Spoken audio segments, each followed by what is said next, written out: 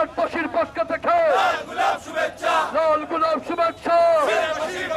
আমি নিজে স্লোগান ধরেছি, প্রধানমন্ত্রীর আগমন, শুভেচ্ছা স্বাগতম।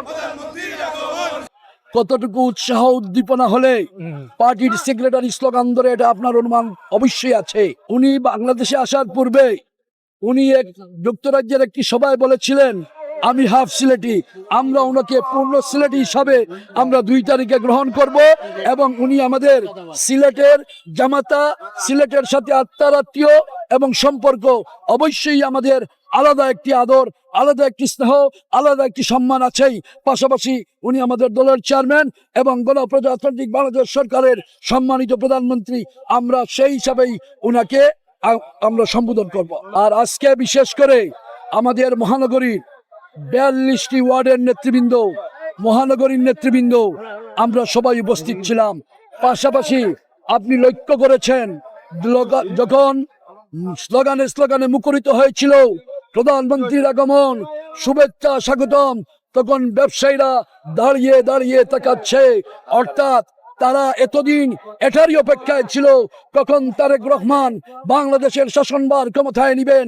তো এইটার অপেক্ষায় কিন্তু সিলেটবাসী সহ 18 কোটি মানুষ অপেক্ষায় ছিল, যার জন্য এত প্রতিকূল অবস্থার মধ্যে, এত ষড়যন্ত্রের মধ্যে যারা ক্যাবিনেট ফোরাম করে দিয়েছিল, তারাই কোথায় গেল? সংখ্যা গরিষ্ঠ আজকে পার্লামেন্টে বাংলাদেশ জাতীয়তাবাদী দল দীর্ঘ 18টি বৎসর নির্যাতন, নিপীড়ন, গুম, হত্যা, এত কিছুর পরেও কিন্তু আমাদের নেতা কর্মীরা বিচ্যুতি ঘটেনি। স্টিম রুলারকে উপেক্ষা করে, গুলিকে উপেক্ষা করে, গুম, হত্যা, নির্যাতন উপেক্ষা করে রাজপথে আন্দোলন চালিয়েছিল। যারাই আজকে আন্দোলনের কথা বলেন, আন্দোলনের হুমকি দামকি দেন, আপনারা জেনে নিন এই বিএনপির জন্মই হয়েছে আন্দোলনের মাধ্যমে। রাজপথের আন্দোলন করে এম ইলিয়াস আলী গুম হয়েছে, এম ইফতেখার আহমদ দিনার সহ 7 শতাধিক নেতা কর্মী গুম হয়েছে। নিশ্চয়ই আপনারা অনুধাবন করা উচিত। আপনারা আন্দোলনের ভয় দেখিয়ে লাভ হবে না।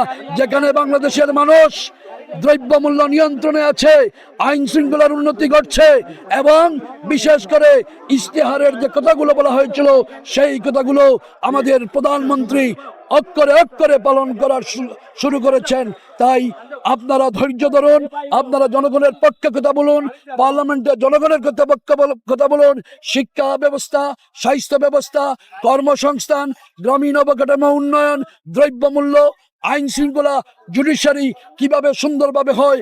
বিগত 18টি বৎসর এই বাংলাদেশের যে স্তম্ভ, প্রতিটি স্তম্ভকে ভেঙে দিয়েছে একটি ফ্যাসিস্ট সরকার, সেই কান থেকে কিভাবে উত্তরণ হয় সেই ব্যাপারে আপনারা সহযোগিতা করুন।